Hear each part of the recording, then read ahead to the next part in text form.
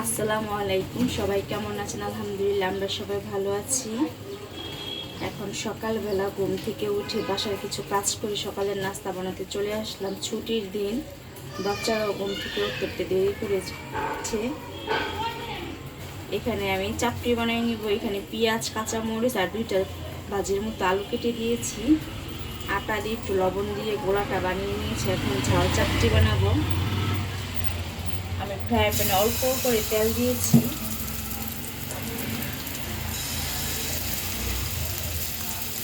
আমার ছেলে মেয়ে এই চাপটিটা খুব পছন্দ করে। চাপটা কিন্তু খেতেও অনেক মজা লাগে।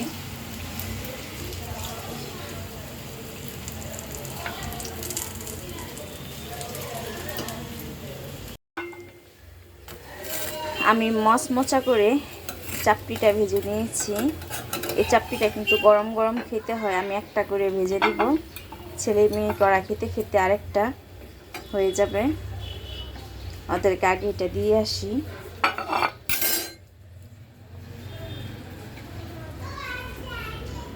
সাফওয়ান,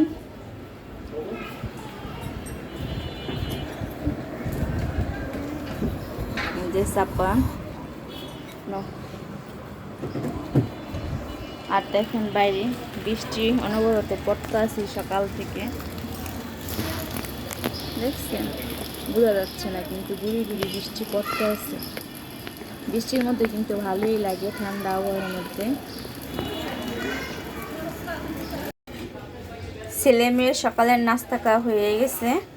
এখন আমি নাস্তাটা খেয়ে নিব।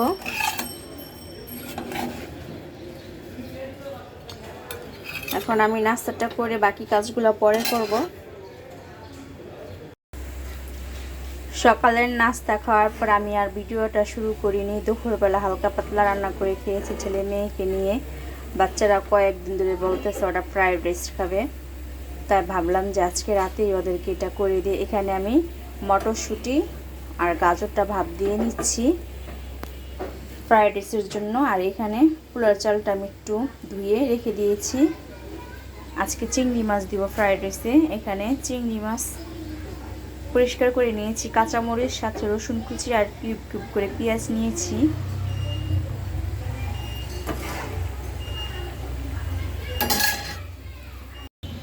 আমি এখন ফ্রাইড রাইসটা রেডি করে নিব। আমি চালটা 80% সিদ্ধ করে নিয়েছি। এখানে ফ্রাই প্যানে আমি অল্প পরিমাণে তেল দিয়েছি। চিংড়ি মাছটা আগে আমি আলাদা ফ্রাই করে নিব।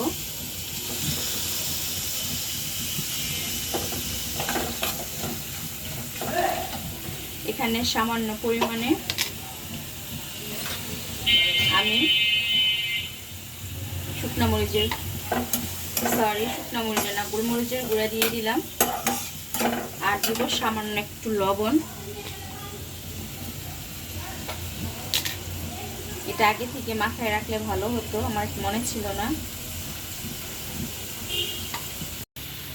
আমি চিংড়ি মাছটা পাশের চুলায় ফ্রাই করে নিচ্ছি। আর এখানে আমি ফ্রাইড রাইসটা রেডি করে নিব। এখানে প্রথমে আমি অল্প করে তেল দিয়েছি। আজকে আমি বাটার দিইনি, আজকে বাসায় বাটার নিয়ে আমি তেল দিয়ে আজকে ফ্রাইড রাইসটা রান্না করব। এখানে রসুন কুচিটা আমি হালকা ভেজে নিব। রসুনটা আমি হালকা ভেজে নিয়েছি। এর মধ্যে পেঁয়াজ, কাঁচামরিচ দিয়ে দিলাম। রসুনের সাথে এটাও হালকা একটু ভেজে নিব। আর এখানে আমি 2টা ডিম নিয়েছি।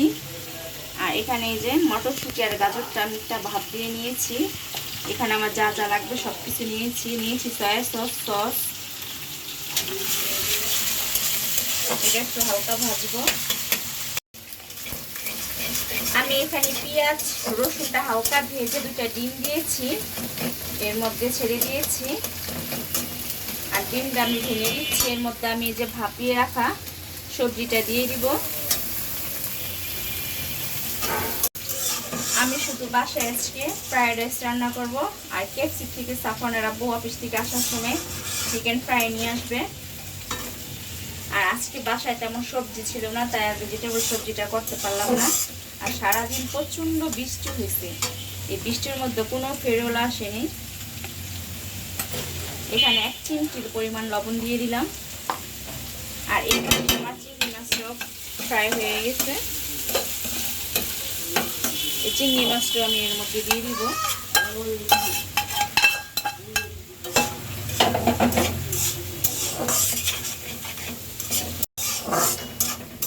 সবজিটার মধ্যে আমি এই যে ভাতটা দিয়ে দিব। এটা আমি 80% সিদ্ধ করে রেখেছি।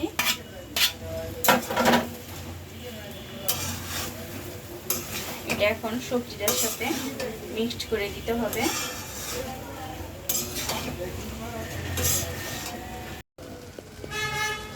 আমি এখানে 1/2 টেবিল চামচের কম কালো গোলমরিচের গুঁড়া দিয়ে দিলাম। আর এখন দিব সয়া সস। এটাও আমি অল্প পরিমাণে প্রায় 1 টেবিল চামচ পরিমাণ দিয়ে দিলাম। আর এখন দিব সস।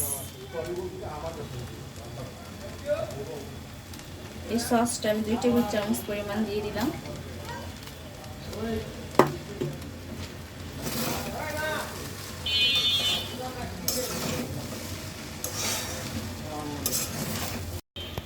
সবশেষে এখানে আমি 1 টেবিল চামচ পরিমাণ চিনি দিয়ে দিলাম। এই চিনিটা দিলে রান্নার ব্যালেন্সটা, ফ্রাইড রাইসের ব্যালেন্সটা ঠিক থাকে।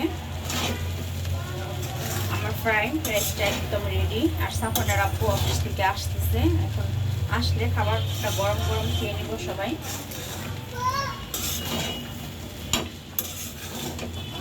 যে আমার ফ্রাইড রাইসটা কিন্তু একদম রান্না কমপ্লিট। এখানে যে রাইসটা আমি নিয়েছি প্লেটের মধ্যে, সাথে শসাও কেটেছি। আর এখানে যে আসার সময় সাফানের আব্বু কেএফসি থেকে আজকে অফার ছিল, চিকেন ফ্রাই নিয়ে আসছে।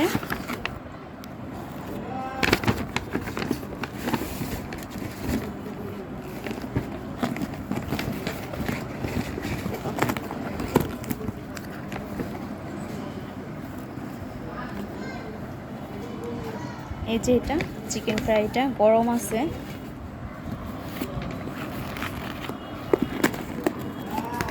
আর এখানেও আছে।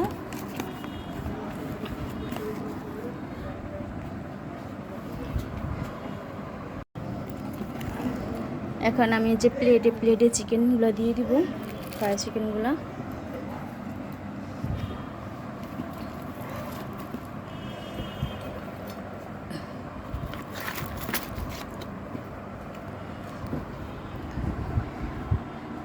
আর এই যে সাফওয়ান, 4 জন একসাথে খেতে বসবো। আজকে আমাদের ডিনার। সবজি হলে বেশি ভালো হতো, আজকে আর সবজিটা করতে পারিনি।